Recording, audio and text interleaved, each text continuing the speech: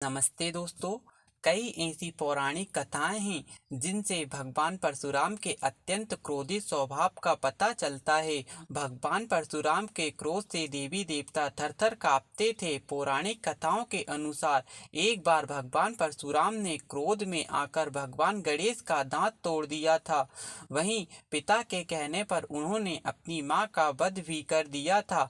आइए जानते हैं कि आखिर भगवान परशुराम ने अपनी ही मां को क्यों मारा। जैसा कि आप जानते हैं, भगवान परशुराम पराक्रम के प्रतीक माने जाते हैं और वह अपने माता पिता के परम भक्त थे।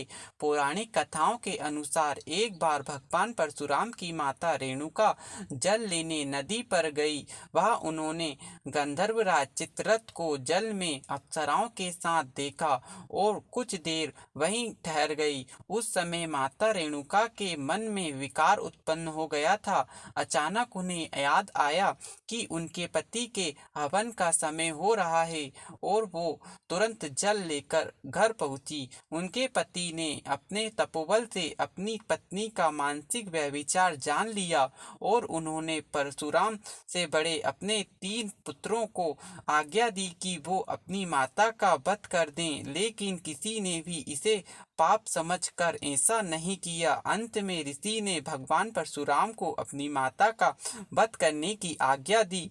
साथ ही उन्होंने कहा कि अपने भाइयों का भी वध कर दो, क्योंकि उन्होंने मेरी आज्ञा का पालन नहीं किया। भगवान परशुराम के पिता की आज्ञा का पालन करते हुए अपनी माता और भाइयों का वध कर दिया। पुत्र की पितृभक्ति देख ऋषि प्रसन्न हुए और उन्होंने परशुराम से वर मांगने को कहा।